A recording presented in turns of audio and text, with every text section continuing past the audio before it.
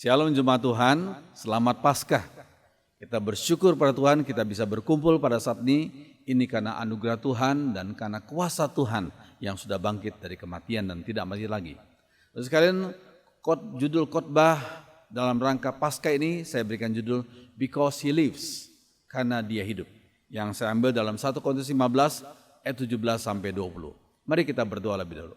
Mohon Roh Kudus urapi hambamu, sensor tutupkan sikap hambamu, sehingga hamba-Mu layak menjadi juru bicaralah. Dan setiap kami yang menonton, mendengarkan, dan beribadah, Tuhan pimpinlah kami semua dengan roh yang sama dengan Roh Kudus. Berfirmanlah kepada kami, kami siap mendengarkannya dalam nama Tuhan Yesus. Amin. Because He lives, karena Dia hidup. Mari kita membaca dalam 1 Korintus 15 ayat 17 sampai 20. Yang hitam saya membacakan, yang biru saudara membacakan. Dan jika Kristus tidak dibangkitkan, maka sia-sialah kepercayaan kamu dan kamu masih hidup dalam dosamu bersama-sama. Demikianlah binasa juga orang-orang yang mati dalam Kristus. Jikalau kita hanya dalam hidup ini saja menaruh pengharapan pada Kristus, maka kita adalah orang-orang yang paling malang dari segala manusia bersama-sama. Tapi yang benar ialah bahwa Kristus telah dibangkitkan dari antara orang mati sebagai yang sulung dari orang-orang yang telah meninggal. So sekalian, hal yang menarik dan sangat penting untuk kita ketahui dan kita sadari bahwa berita kematian dan kebangkitan Kristus merupakan keunikan kekristenan. Tidak ada agama lain yang tokohnya mati dan bangkit lagi, hanya Kristus saja. Hanya Tuhan Yesus yang dipercaya oleh orang Kristen. Ya, itulah yang mempunyai keunggulan dan keunikan yang luar biasa. Terus kalian, kita akan mempelajari topik ini pada hari Paskah ini. Karena Tuhan Yesus hidup, maka apa yang terjadi? Yang pertama adalah memberi kabar sukacita bagi semua orang yang percaya kepadanya walaupun dianiaya. Dalam sejarah dunia ini ada kelompok orang yang paling banyak dianiaya sepanjang sejarah dunia ini. Kelompok apakah itu? Jawabannya adalah kelompok Kristen. Orang-orang Kristen sepanjang sejarah dunia ini berjuta-juta orang pernah dianiaya. Terus kalian, tetapi orang yang dianiaya itu mendapatkan sukacita dari Tuhan. Ya, mengapa demikian? Karena mereka percaya, karena mereka mengimani, dan memang itu fakta sejarah, yaitu Yesus sudah bangkit. Sehingga karena Yesus hidup, maka memberi kabar sukacita bagi semua orang yang percaya kepadanya, walau dianiaya. So sekalian, jika Yesus tidak dibangkitkan, maka sia-sialah kepercayaan kamu. Itu kata Rasul Paulus. Yang dianiaya kenapa? Karena untuk Yesus yang sudah mati dan tidak bangkit, itu sia-sia bukan? Tapi kalau mereka dianiaya, tetapi iman mereka kepada Yesus yang sungguh-sungguh bangkit, itu tidaklah sia-sia. Terus sekalian, kita melihat beberapa gambar ini, hanya contoh saja. Terus sekalian, inilah gambar Temple of the Tooth of Siddhartha di Sri Lanka. Di negara Sri Lanka ada satu temple, satu kuil yang mengenang akan gigi dari Siddhartha. Giginya ada beberapa, tapi mereka percaya cuma satu saja. Tapi mereka takut membuang yang lain, takut salah gitu. Akhirnya ada beberapa. Tapi mereka percaya hanya satu saja gigi Siddhartha yang sesungguhnya. Terus kalian, kemudian ada lagi semacam, ini namanya The Tomb of Confucius. Orang-orang Tionghoa di China sangat mengagumi akan pengajaran Konghucu. Ini merupakan makamnya. Terus kalian, ini juga makam daripada seorang tokoh yang dihormati, dihargai, ya, dari satu agama yang besar di dunia ini sekarang ini. The Tomb of Muhammad. Saudara sekalian, makam Muhammad. Terus kalian, tapi satu hal yang indah sekali. Ini adalah the empty tomb of Jesus. Ini adalah makam Yesus yang kosong. Kenapa kosong? Apakah dicuri orang? Tidak. Karena Tuhan Yesus sudah bangkit dan tidak mati lagi. Makanya disebut the empty tomb of Jesus. Makam Yesus yang kosong. Terus kalian, ini luar biasa. Kalau kita baca dalam Roma 10 ayat 9. Sebab jika kamu mengaku dengan mulutmu bahwa Yesus adalah Tuhan dan percaya dalam hatimu bahwa Allah telah membangkitkan Dia dari antara orang mati, maka kamu akan diselamatkan. Oh, luar biasa. Jika kamu percaya bahwa Yesus adalah Tuhan mengaku dengan mulutmu, dan percaya dalam hatimu bahwa Allah telah membangkitkan Yesus dari antara orang mati, maka kamu akan diselamatkan. Ini suatu hal yang luar biasa, pengharapan yang kekal, keselamatan jiwa. Ini suatu hal yang indah sekali. Lalu sekalian, ada beberapa kaisar di dalam kerajaan Romawi yang pernah menyebut diri mereka sebagai Tuhan. Berani sekali mereka ya. Karena pada waktu itu beberapa abad Tuhan izinkan kerajaan Romawi, kekaisaran Romawi menjadi kekaisaran terbesar yang terkuat di dunia ini selama beberapa abad. Dan beberapa kaisar Romawi pernah menyebut diri sebagai Tuhan. Kalau sekalian, ini satu contoh, yaitu seorang bernama Julius Caesar. Dia menyebut diri sebagai Tuhan. Ya, kemudian ada lagi seorang bernama Caligula, pernah menyebut diri sebagai Tuhan. Ya, kemudian ada lagi seorang bernama Domitianus pada akhir abad pertama. Ketika itu Rasul Yohanes, Rasul yang terakhir itu, dianiaya dan dibuang ke Pulau Patmos. Inilah namanya Kaisar Domitianus yang hidup pada zaman Rasul Yohanes hidup. Terus kalian, umat Kristen menyebut hanya Yesus sebagai Tuhan, bukan Kaisar Romawi. Ya, hanya Yesus sebagai Tuhan. Maka mereka yaitu umat Kristen disebut sebagai pembangkang. Kaum pembangkang politis oleh pemerintah Romawi. Ya, mereka bilang Kaisar adalah Tuhan, Kaisar adalah Allah. Orang Kristen berkata tidak. Kami percaya bahwa hanya Yesus sebagai Tuhan. Maka mereka orang Kristen dianiaya, jadi martir, dibuang. Lalu sekalian, memang itu terjadi dalam sejarah dunia ini. Tetapi kita melihat bahwa kaisar-kaisar Romawi yang pernah menyebut diri sebagai Tuhan, ini hanya 3 contoh saja, tapi ada yang lain lagi. Itu mereka sudah meninggal dunia dan tidak bangkit lagi. Dan nanti pada akhir zaman, Yesus datang kedua kali, mereka akan dibangkitkan. Terus sekalian, tetapi mereka sudah mati. Yesus mati, meninggal 3 hari, kemudian bangkit dan tidak mati lagi.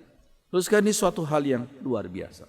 Ya, yang berikutnya, karena Tuhan Yesus itu hidup, maka tidak sia-sia kepercayaan umat Tuhan. Tidak sia-sia kepercayaan umat Tuhan. Oh, alangkah sedihnya kalau orang sudah berusaha begitu keras, berkorban luar biasa, bahkan jadi mati bagi yang dia percaya, ternyata yang dia percaya itu hanya sia-sia saja. Aduh, segala pengorbanan mereka kosong saja. Tapi tidak demikian dengan pengikut Kristus. Mereka dianiaya, mereka jadi martir, tapi segala kepercayaan mereka tidak sia-sia. Terus sekalian, jika Yesus tidak dibangkitkan, maka sia-sialah kepercayaan kamu. Itu kata firman Tuhan, kata Rasul Paulus dalam 1 Korintus 15 ayat 17a. Jika Yesus tidak dibangkitkan, maka sia-sialah kepercayaan kamu. Terus sekalian, ini suatu hal yang penting. Ada sebagian orang yang berkorban untuk sesuatu yang sia-sia, untuk sesuatu kebohongan. Ya, ada banyak contohnya dalam sejarah dunia ini. Tapi saya hanya sebutkan satu saja yang terjadi beberapa waktu yang lalu. Ya, kan ini orang yang mukanya dan dia berkata waktu lalu, saya dianiaya, saya dipukulin, sekalian. Tapi ternyata ibu itu berkata bohong. Sekalian, padahal dia baru saja ya mempermak mukanya ya di salon, kemudian dijadikan seperti mulus lagi ya, saudara sekalian. Akhirnya karena kebohongan yang dia sudah siarkan itu ya, dan akibatnya dia mengalami vonis dari hakim, tidak salah, selama 2 tahun. Saudara sekalian, ini merupakan satu hal yang sia-sia. Ya, dia ciptakan hoax, berita bohong, dan itu ada ketahuan dan dia dihukum. Saudara sekalian, kita percaya pada Yesus bukan percaya pada berita hoax. Yesus memang sungguh-sungguh secara sejarah ya, nyata, realita. Dia mati sungguh-sungguh dan dia bangkit sungguh-sungguh. Terus sekalian, ini suatu hal yang penting sekali. Terus sekalian, ada seorang bernama Jean-Paul Sartre. Ya, seorang filsuf Prancis, seorang yang ateis yang hidup tahun 1905 sampai 1980. Terus sekalian, Sartre pernah berkata gini, manusia bebas dalam arti yang sebenarnya. Manusia bebas dalam arti yang sebenarnya. Ada atau tidak adanya Tuhan tidak akan berpengaruh apa-apa. Waduh, ini terlalu sombong ya. Alkitab segera akan dimuseumkan, itu kata Sartre. Ya, ternyata saudara sekalian, tahun 1980 filosof ini meninggal dunia. Ini ada kuburannya. Tapi ketika dia meninggal dunia, Alkitab tetap ada, tetap eksis, bahkan dicetak lebih banyak lagi, dan sekarang dimasukkan dalam internet. Saudara sekalian, Alkitab segera akan dimuseumkan. Itu merupakan ilusi, ya, khayalan daripada Sartre. Dia sudah meninggal, tapi Alkitab lebih banyak dibaca oleh orang. Saudara sekalian, sebab apa? Sebab yang memelihara firman Tuhan adalah Tuhan yang hidup. Ya, mari kita baca sama-sama kalimat yang di bawah itu. Yang memelihara firman-Nya adalah Tuhan yang hidup. Walaupun umatnya dianiaya, tapi Tuhan berkuasa memelihara umatnya, ya, memberikan hidup kekal kepada umatnya dan memelihara firman yang hidup. Terus kan ini suatu hal yang penting. Nah, yang berikutnya, karena Tuhan Yesus itu hidup, maka pengharapan yang besar, kebangkitan Yesus itu memberi pengharapan yang besar dan yang benar, bukan yang bohong. Bagi yang mengutamakan kehendak Bapa di atas kehendak pribadi mereka. Ya, saudara sekalian, yang mengutamakan kehendak Bapa di atas kehendak pribadi manusia. Itu semua karena kehendak Bapa memberikan pengharapan yang besar, bukan bohong, pengharapan yang benar dan besar bagi yang mengutamakan kehendak Bapa di atas kehendak pribadi mereka sendiri. Kenapa? Karena Yesus itu hidup, ya, dia mati, 3 hari kemudian dia bangkit dan tidak mati lagi. Terus sekalian, ini suatu hal yang penting. Bagi Yesus hal melaksanakan kehendak Bapa, yaitu penyelamatan umatnya, sama seperti kebutuhan akan makanan. Kebutuhan yang mendasar sekali, ya. Kita butuh makan setiap hari beberapa kali, kita butuh minum juga. Dan Tuhan Yesus pernah berkata kepada murid-muridnya, makananku ialah melakukan kehendak Dia yang mengutus aku. Ini suatu hal yang luar biasa. Terus sekalian, saudara sekalian, bagi Yesus, ya, di Getsemani Yesus dalam ketakutan, dia mengakhiri doanya dengan berkata, not my will be done, but thy will be done. Ya, di situ dia bergumul, mau mengikuti kehendak pribadi atau mengikuti kehendak Bapa. Dalam pergumulan itu, dia mengakhiri pergumulannya, dia berkata, not my will, bukan kehendakku, tetapi kehendak Bapa yang jadi. Terus kalian, ini suatu hal yang penting. Sehingga pada waktu Yesus disalibkan, kata-kata terakhir yang dia ucapkanlah, tetelestai, sudah genap, sudah selesai. Ya, misi penyelamatan, misi penebusan umatnya sudah diselesaikan oleh Tuhan Yesus. Dia rela berkorban darahnya di atas salib. Sehingga dia berkata, tetelestai, sudah genap. Oh, puji Tuhan. Terus kalian, Tuhan Yesus yang mengutamakan kehendak Bapa mengajar umatnya dengan ayat seperti ini.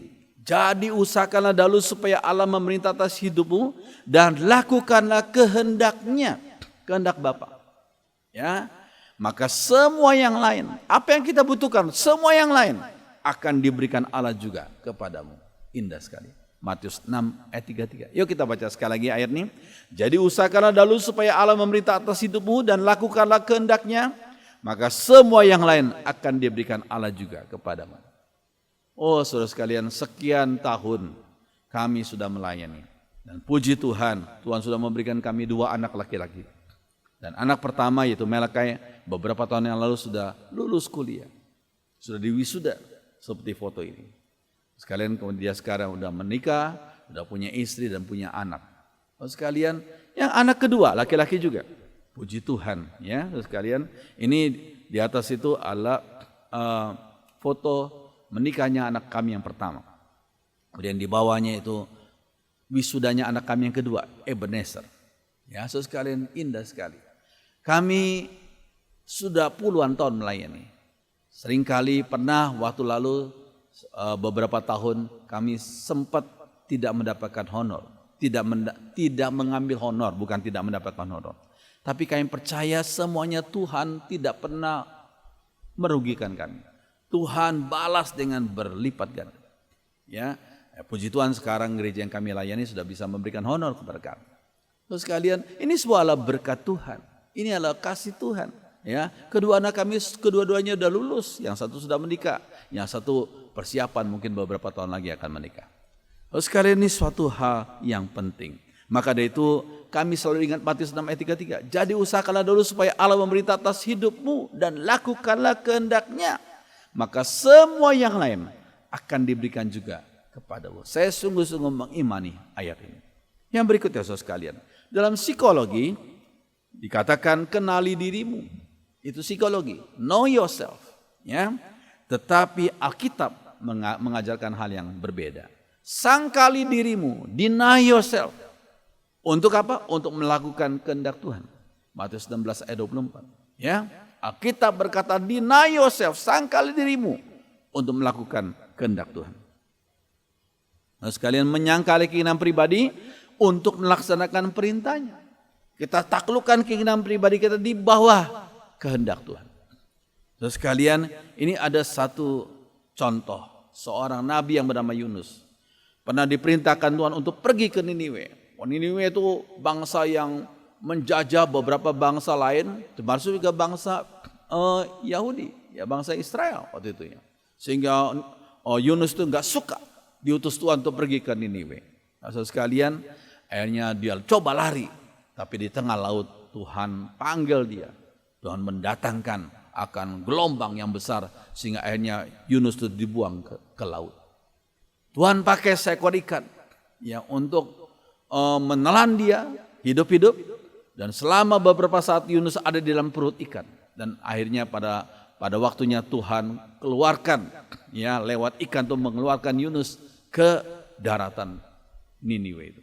Terus sekalian, Tuhan memang kehendaknya tidak bisa kita lari. Tuhan Maha Kuasa, Tuhan bisa pakai siapa saja dan apa saja untuk menangkap hambanya supaya tidak lari lagi dari panggilan. Terus sekalian, tetapi Yunus itu taat kepada Tuhan karena sudah kepepet. Berbeda dengan Tuhan Yesus. Ya, Tuhan Yesus di Taman Getsemani dia berkata, bukan kehendakku yang jadi, tapi kehendakmu yang jadi. Terus sekalian, indah sekali ya. Sudah sekalian, biar kita jangan bersikap seperti Yunus. Sudah kepepet, sudah gak bisa lari lagi, baru kita berkata, biar kehendakmu yang jadi ya Tuhan. Bukan. Biar kita seperti Tuhan Yesus yang mentaklukkan diri kepada kehendaknya. Ya, bukan kehendakku yang jadi, tapi kehendakmu yang jadi. Terus sekalian, ini suatu hal yang penting. Nah saudara, yang berikutnya adalah seorang tokoh yang bernama John Sung.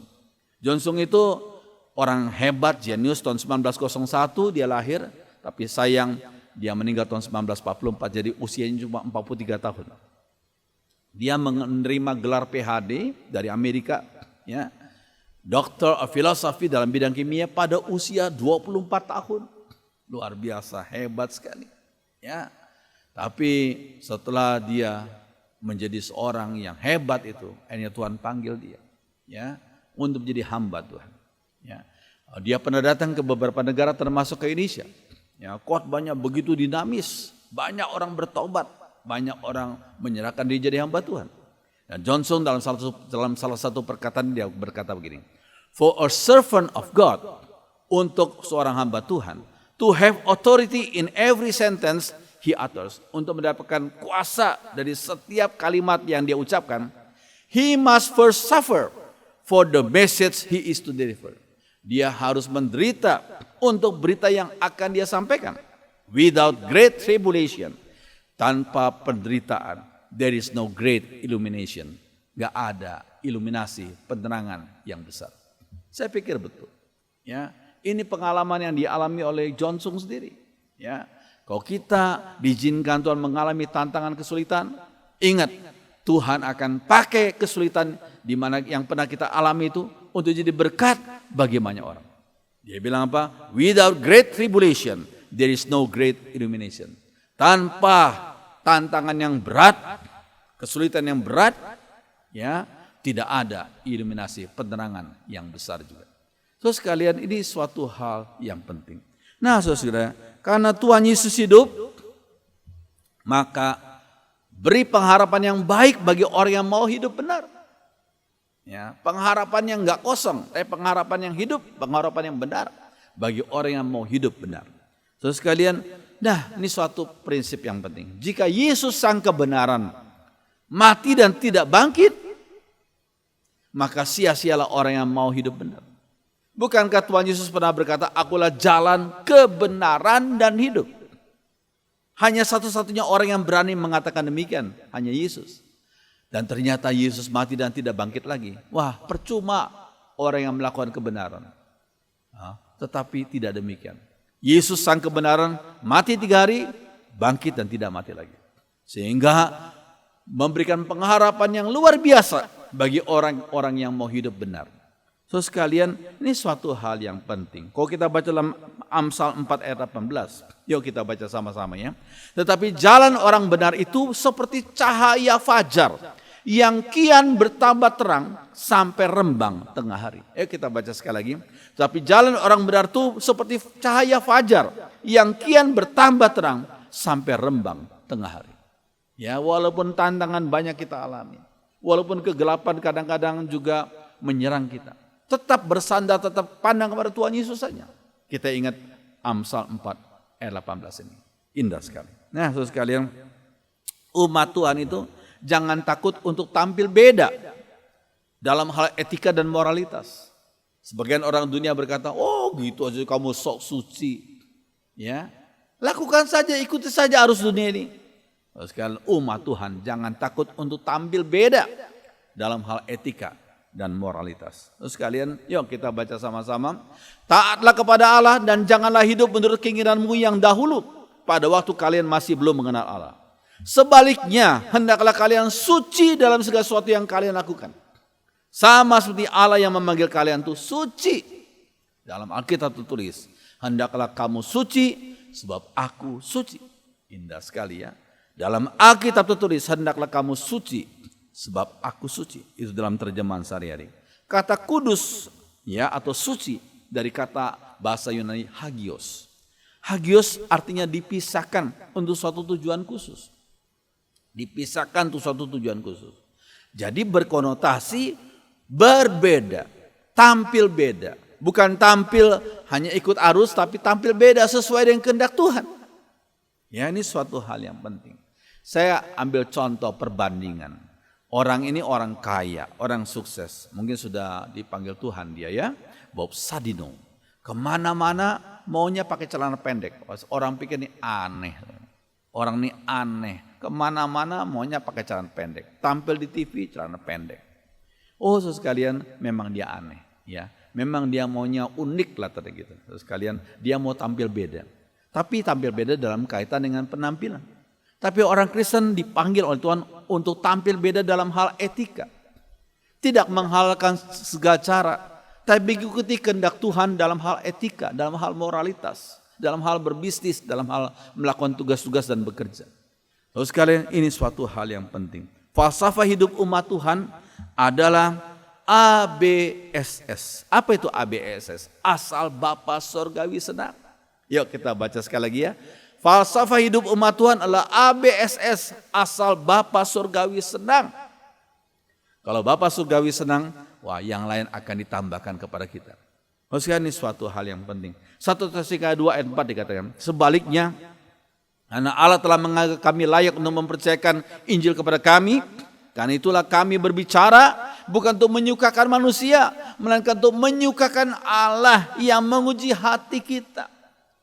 Prinsip Paulus ini sangat penting untuk kita taati dan teladani.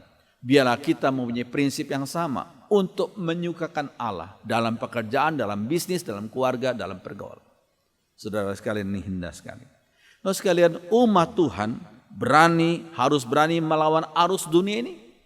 Ya, harus berani melawan arus dunia ini. Ya, kebanyakan orang itu takut, tetapi kita harus ingat.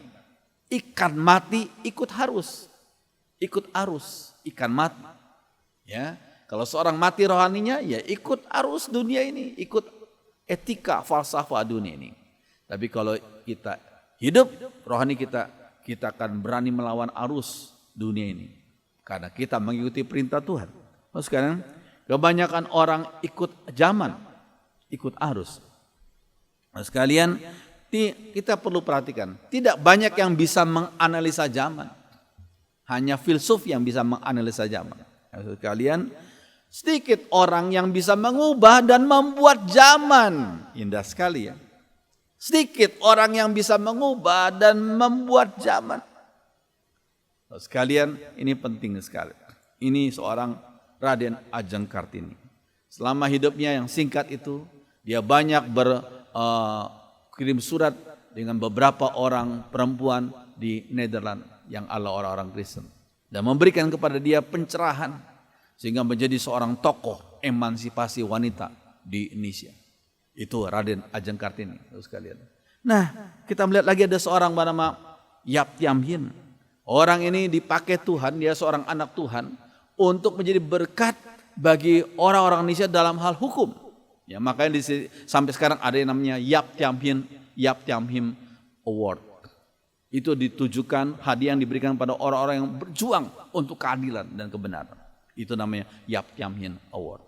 Terus sekalian, ini suatu hal yang penting sekali. Kita menjadi orang yang menganalisa zaman, tapi juga orang yang dipakai Tuhan untuk mengubah dan membuat zaman yang memuliakan Tuhan. Ya, sekalian, ini penting sekali. Nah, yang kelima, karena Tuhan Yesus hidup, maka kabar baik bagi umat yang sedang bergumul. Ya, Tuhan Yesus yang hidup tidak mati lagi, ya, memberi masa depan yang penuh harapan. Masa depan yang penuh harapan kalau kita percaya pada Yesus. Matius 28 ayat 19 dan 20, kita baca sama-sama ya. Karena itu pergilah, jadikanlah semua bangsa muridku, dan baptislah mereka dalam nama Bapa dan Anak dan Roh Kudus, dan ajarlah mereka melakukan segala sesuatu yang telah kuperintahkan kepadamu. Dan ketahuilah, aku menyertai kamu senantiasa sampai kepada akhir zaman. Siapa orang lain yang berani bicara seperti ini? Karena manusia yang lain sudah mengakhiri hidup mereka dalam kematian. Ya, ada banyak yang masih hidup, tapi sebentar lagi, tidak lama lagi, mereka juga akan mengalami kematian. Bagaimana dengan bayi-bayi yang akan lahir? Ya, oke, mereka akan besar. Dan mereka satu persatu akan juga mengalami kematian. Tapi Yesus yang sudah mati dan bangkit dan tidak mati lagi, Yesus berkata, aku menyertai kamu senantiasa sampai kepada akhir zaman. Luar biasa kan? Hanya Yesus yang sudah mati dan bangkit dan tidak mati lagi yang berani bicara, berjanji seperti itu. Aku menyertai kamu senantiasa sampai kepada akhir zaman. Oh sekalian, puji Tuhan. Dia selalu mencukupi ya kebutuhan untuk membangun rumahnya, rumah Tuhan. Ya, kenapa demikian? Karena Yesus hidup. Selama pengalaman pelayanan saya, Tuhan selalu sediakan berkat untuk membangun rumahnya. Ya, kita tidak perlu melakukan hal-hal yang dilakukan oleh dunia ini, tapi kita ikuti saja perintah Tuhan, kita taati saja. Nah, sekalian, kami pernah dipakai Tuhan untuk membeli rumah Belanda di Taman Tanah Abang 3. Ya, luasnya 1.300 sekian meter. Nah, sekarang menjadi gedung yang seperti yang saudara lihat, gedung yang indah, gedung gereja.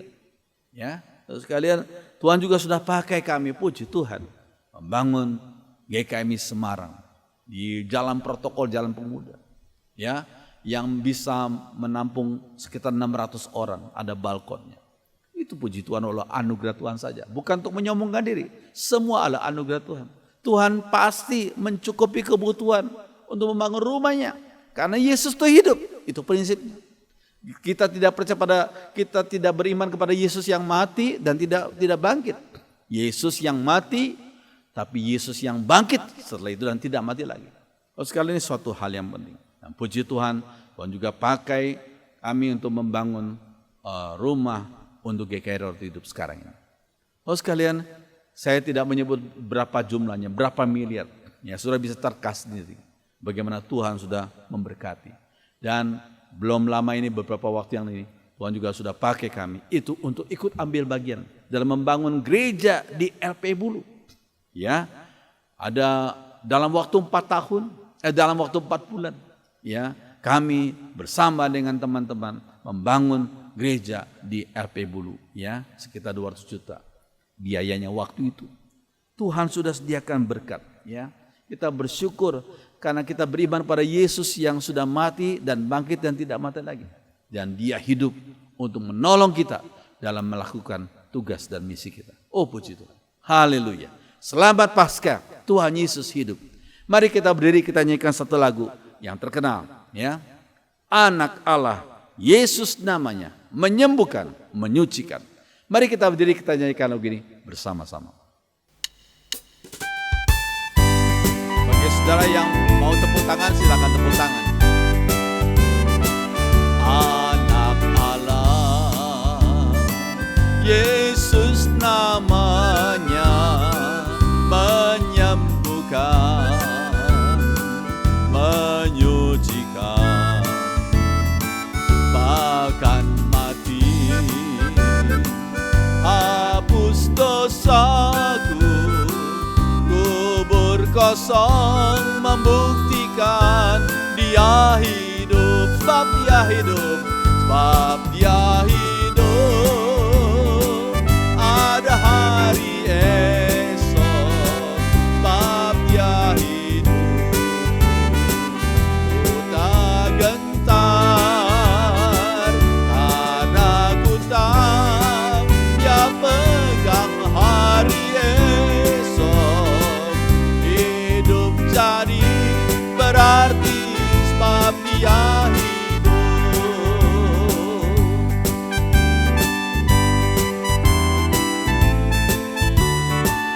Perempuan saja. Anak Allah, Yesus namanya, menyembuhkan, menyucikan. Pria saja. Bahkan mati, hapus dosaku, kubur kosong membuktikan dia hidup. Bersama-sama, sebab dia hidup. Ada hari esok, sebab dia hidup.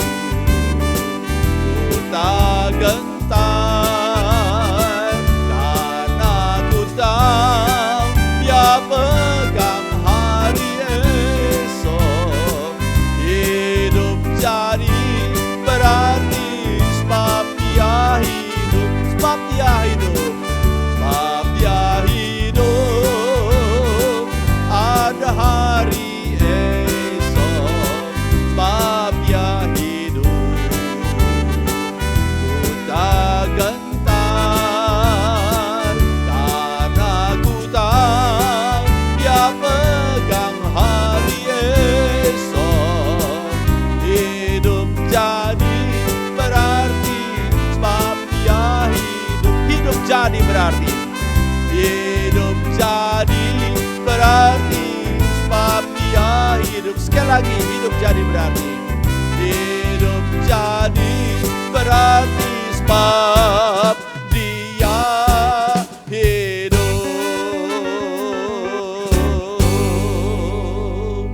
Kami bersyukur, kami bangga, percaya dan mengimani kepada Yesus yang pernah mati dan bangkit dan tidak mati lagi.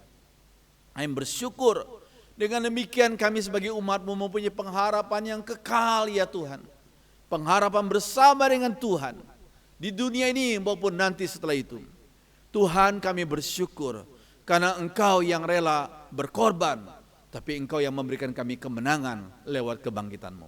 Terima kasih dan terima kasih. Biarlah firman-Mu Tuhan meteraikan hati kami dan mampukan kami melaksanakannya. Dengarkan doa kami Tuhan, dalam nama Tuhan Yesus yang sudah mati dan bangkit lagi dan tidak mati lagi. Kami berdoa. Bersama-sama kita ucapkan dengan iman. Amin. Silakan duduk.